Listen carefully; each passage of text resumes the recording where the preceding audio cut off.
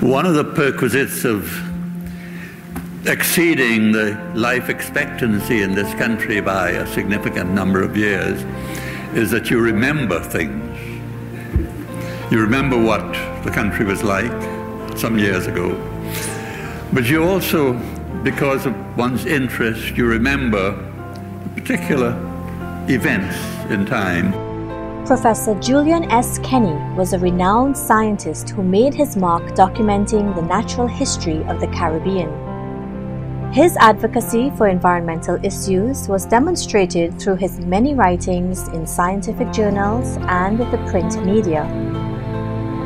Professor Kenny was also an avid diver and nature photographer and produced extensive documentation on Trinidad and Tobago's wildlife. He produced several books featuring his photography and donated copies of all his publications and more than 40 years of research and scientific study to the EMA's library and NALIS.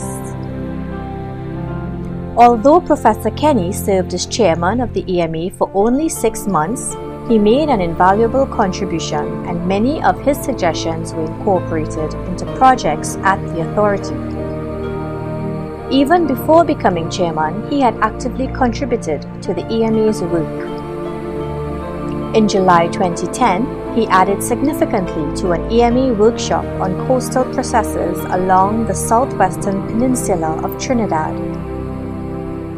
Professor Kenny lent his knowledge and expertise to the very successful EMA's Green Business Forum in March 2011. This event saw the birth of a Green Business Register and workshops planned for developing a green labeling and certification system. Perhaps the most significant impact of his chairmanship at the EMA was the exposure to a critical piece of Trinidad and Tobago's history, Nelson Island.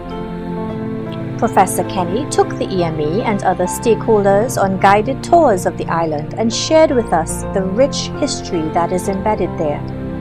Nelson Island was a military facility, quarantine facility, started out by Picton. You know, Picton was their first governor, English governor. But this is where a lot of the action was, the first interface between indentured labor and official. And it is in a place that was built by slave labor, completed in 1802. He was a champion for the designation of Nelson Island as a National Heritage Site, and the EMA is committed to contributing to these efforts to restore the island. Professor Kenny was a long-standing icon in the environmental movement, not only in Trinidad and Tobago, but throughout the Caribbean. The EMA is proud to have been under his guidance.